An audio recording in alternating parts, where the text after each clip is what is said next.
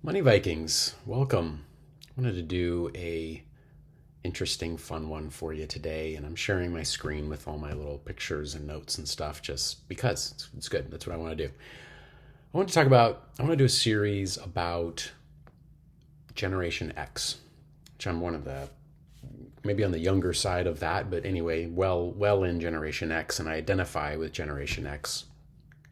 We grew up with the Garbage Pail Kids, which I talk a lot about, the Star Wars toys, Nirvana, the 90s, all that kind of stuff, the 80s and the 90s. And in a way, many of us kind of raised ourselves, even if we came from great families. There wasn't a lot of helicopter parenting back then. So there's a lot of unique aspects of Generation X. But what I thought about in terms of Money Vikings and investing is that Generation X is actually entering crunch time when it comes to preparing for retirement and investing.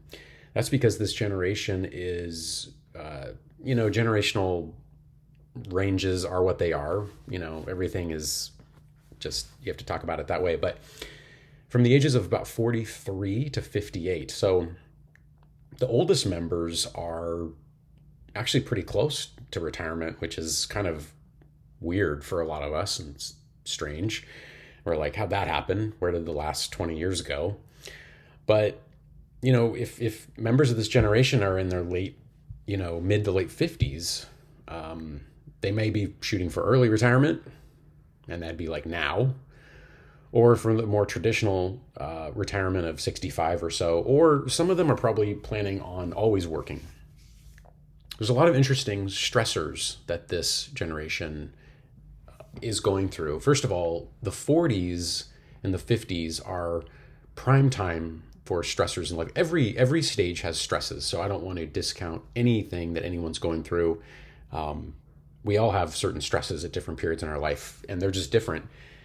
But people do tend to report happiness, a lot of happiness when they are children and younger, and maybe teens and early 20s. And then happiness apparently tends to dip in the middle of life, the so-called midlife crisis. The 40s and the 50s are pretty hard on a lot of people for a number of reasons. And then for some reason, happiness starts to spike back up in the 60s. So maybe around the time people do retire, something about the human brain where there is a lot more satisfaction. I'm not sure.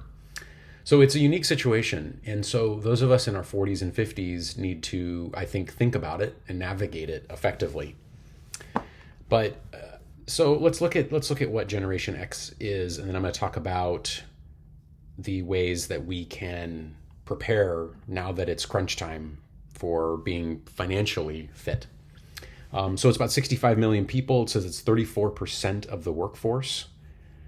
63% of total income. Gen X generates about 63% of the total income in the US. I'm not surprised by that because of the age they're in.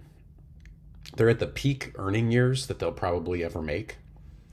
And I should say, in the same boat, but peak earning years, peak consuming years in a lot of ways too. Raising children, sometimes helping a older member of the family. So sometimes they're kind of sandwiched in where they're raising children at different stages, either probably not babies at this point. They're past all that part of it, but probably, 8 or 9-year-olds up to 20-something-year-old. Well, you're not raising them anymore, hopefully in their 20s. But, it could be 9-year-olds to 18, 19, 20-year-olds, right, that they're raising. And that with maybe taking care of some elderly grandparents or parents or aging parents, or, that could happen too. So they're a bit sandwiched at that time in life. It says 35% earned a college degree. It's just interesting. Got some pictures here. We got the Breakfast Club. It's a classic right there. So anyway, there's just some silly characteristics. I mean, I just feel it's Star Wars toys. This was like a key part of our childhood, Star Wars. I mean, and it's funny to see this stuff. I mean, you guys know I was talking about Star Wars toys and like Garbage Pail Kids, totally into the 80s Garbage Pail Kids.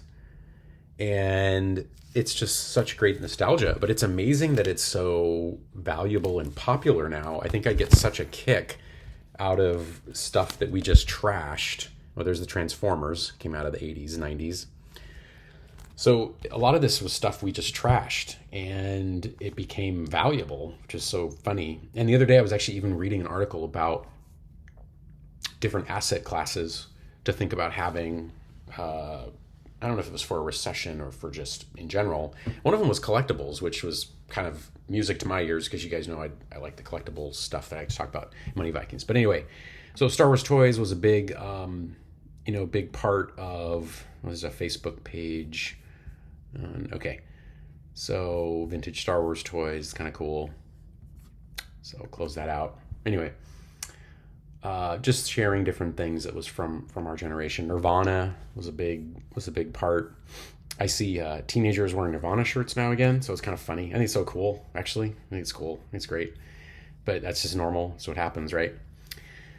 So that's that. I mean, and I'm just, this is the tip of the iceberg. Everybody has different experiences. So, okay, let me get to the thing. So, number one, this is the number one thing that I want to talk about. And I just have my notes up here. We want to, so at this point in our investing and careers and everything, one of the biggest things we want to do, number one, is avoid major mistakes. So we don't want to make major mistakes right now. Now we're all going to make mistakes, and I'll get to that. Everyone's made mistakes, and especially at this point in our lives where we've lived a little bit and gone through some things and had a career, had some jobs and had relationships and all that. So we've made mistakes because that's life. But we want to avoid the major mistakes. So Buffett and Munger are famous for sometimes chalking up their success to actually not so much what they did right, and they're always simplifying things. They're these guys are more complex than they seem when you peel the onion. But they like to be very folksy about everything, which is fine. It's okay. It's endearing. But they always chalk up a lot of their success to avoiding major mistakes. So not chasing the next hot thing that just putters out or doesn't have any fundamentals underneath it, underlying it. So I think that can go to our investing life. So in your investing life, let's try to avoid major mistakes. So I think that's just going to be a critical part of this. Second thing I'll talk about, this is really the time we've got to automate those investments as much as possible. And I know it's cliche at this point, but it's critical in our system. So now is the time to do the catch-up contributions, plow as much as possible into investment accounts, ensure that we're not being charged outrageous fees. So really pay attention to that right now, because now is the time where we got another decade to really pump up all those savings and investments. So that'd be my number two. And then these are things I'm trying to make them easy to do, not some big struggle to do. So automating your investments, straightforward, great, get it done. Okay, it's probably time. It's probably past time, but we have to keep our health in mind at this point. So we have a lot of stressors at this point in our life. We're at probably higher positions in our careers. And that means more stress and more responsibility. And then we're raising children, and then we're helping our family out. And so that can put a lot on a person's shoulders. So my ideas would be just find ways. We can't get away anymore with the kind of damage we might have done with alcohol or other things, in our 20s and 30s. So we have to really, I think, keep health in mind. And I'm a big fan of micro strategies, wherever you can fit a walk in, or if you're having a meal, try to be conscious about, is there a vegetable there? Is there a fruit there? Am I doing the right portion size? The little things, get those things right. And not be perfect, because it's hard to be perfect and do everything the way it's supposed to be, but to just get a little added things in there.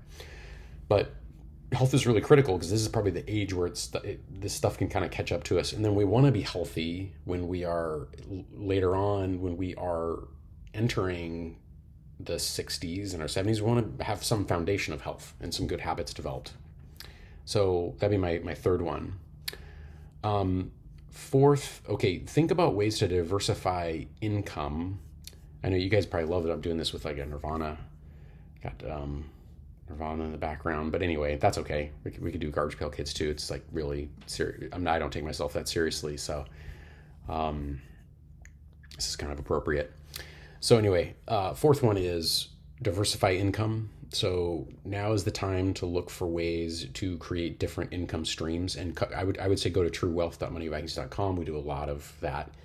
of exploring different ideas, whether it be real estate crowdfunding platforms, dividend aristocrat portfolios that are focused on yield, being diversified, building up your, using the Money Vikings investing trifecta to build up an account that can be used as a passive income machine. Finding out what your passion is for like a side hustle. Do you have something that, maybe you like selling on Etsy or making something on Etsy and you can sell and make a little money? Those kind of things they can all add. Even if one doesn't just blow up into like the biggest thing ever, they can add up. So I'd say really start looking at that. And the final one, I just have to say, be easier on yourself. So we all make mistakes in life. That's part of the human condition. And we never have perfect information. And I just find this can be a time in life where we are doing a lot of, maybe looking back at like, did we do the right thing here or there? Did we do the right thing there? But people just tend to be really hard on themselves. We are always making the best decisions we really can in the moment as a person with the information we have. So I would just say the fifth one is just take it easy a little bit. You're probably doing all right. And again, think about perspective. So we always talk about this idea that, we kind of lose perspective sometimes in our American society in particular, because again, if you have clean drinking water, a relatively safe and nice roof over your head, just a couple that care about you, where your next meal is coming from, right there, those four are really all of our true wealth, right? I know it's more complicated than that. I know we got to get jobs and health insurance and build up investments and all that, but just have a little bit of perspective and be a little bit easier on yourself. So those are 5 ideas that I would have specifically for Gen X. And I hope you enjoyed this. Please like and subscribe. And I'll see you next time with more ideas. Take care.